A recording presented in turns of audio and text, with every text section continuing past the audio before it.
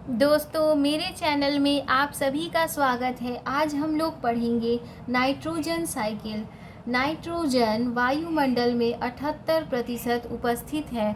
Nitrogen को पौधे directly वायुमंडल से ग्रहण नहीं कर सकते। ऐसा इसीलिए है क्योंकि नाइट्रोजन के परमाणु आपस में very strong triple covalent bond द्वारा जुड़े रहते हैं। इसीलिए सर्वप्रथम नाइट्रोजन साइकिल में प्रवेश करता है और वहाँ से पौधे नाइट्रोजन को, वायुमंडलीय नाइट्रोजन को ग्रहण करते हैं। नाइट्रोजन क्लोरोफिल का एक महत्वपूर्ण अंग है। क्लोरोफिल जो कि प्रकाश संश्लेषण के लिए आवश्यक है। इसके अलावा नाइट्रोजन प्रोटीन निर्माण एवं अमीनो एसिड का भी महत्वपूर्ण हिस्सा है। नाइट्रोजन डीएनए का भी एक अनिवार्य घटक है जो जीवन की आनुवंशिक जानकारी रखता है। आइए दोस्तों, हम देखते हैं कि नाइट्रोजन वायुमंडल में सबसे पहले गैसीय रूप में प्रेजेंट रहता है। गैस और वायुमंडल से नाइट्रोजन एमोनिया में परिवर्तित कर दिया जाता है। ये प्रक्रिया 3 प्रकार से होती है। सबसे पहले नाइट्रोजन फिक्सेशन होता है। नाइट्रोजन फिक्सेशन की क्रिया 3 प्रकार से होती है: biological nitrogen fixation, industrial nitrogen fixation, electrical nitrogen fixation. वायुमंडल में जब लाइटनिंग होती है तो नाइट्रोजन जो है वो डायरेक्टली नाइट्रेट में बदल दिया जाता है। इसके बाद अलावा इंडस्ट्रियल नाइट्रोजन फिक्सेशन की जो क्रिया है, इसमें इंडस्ट्रियल मेथड से नाइट्रोजन जो है वो अमोनिया में बदल दिया जाता है।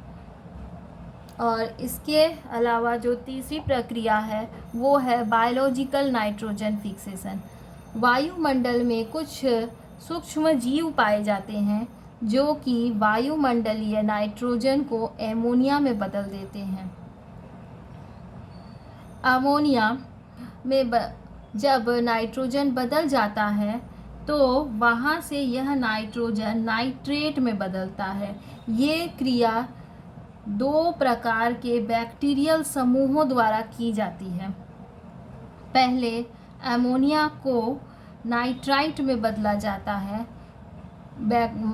मिट्टी में मौजूद बैक्टीरिया नाइट्रोसोमोनास और नाइट्रोकॉकस अमोनिया को नाइट्राइट में बदल देते हैं। इसके बाद दूसरे समूह के बैक्टीरिया नाइट्रोबैक्टर नाइट्राइट को नाइट्रेट में बदल देते हैं। इस प्रक्रिया को कहते हैं नाइट्रिफिकेशन। यह पूरी प्रक्रिया सॉइल में होती है। इसके बाद नाइट्रेट में बदलने के बाद नाइट्रोजन जो है वो पौधे ग्रहण कर पाते हैं। और जब पौधे ग्रहण कर लेते हैं तो पौधों को जब एनिमल ग्रहण करते हैं, जीव जंतु ग्रहण करते हैं, तो वहाँ से नाइट्रोजन जो है वो जीव जंतुओं के शरीर में प्रवेश कर जाता है। जीव जंतुओं के मरने के बाद उनके शरीर का डीकम्पोजिशन होता है। कुछ बैक्टीरिया जो हैं वो जीव जंतुओं के मरने के बाद उनका डीकम्पोजिशन करते हैं और वापस एमोनिया में बदल देते हैं नाइट्रोजन को। इस प्रक्रिया को कहते हैं एमोनिफिकेशन। यहाँ से एमोनिया जो है, यहाँ से जो नाइट्रोजन है वो फिर से नाइट्रोजन साइकिल में प्रवेश कर जाता है। अमोनिया फिर से नाइट्राइट में बदलता है, फिर नाइट्रेट में बदलता है।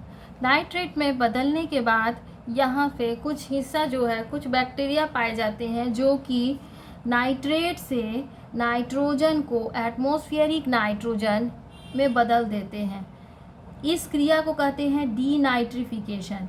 नाइट्रेट से वायुमंडल में वापस नाइट्रोजन के बदलने की क्रिया को कहते हैं डीनाइट्रिफिकेशन। और ये क्रिया स्यूडोमोनास तथा थायोबैसिलस बैक्टीरिया द्वारा की जाती है।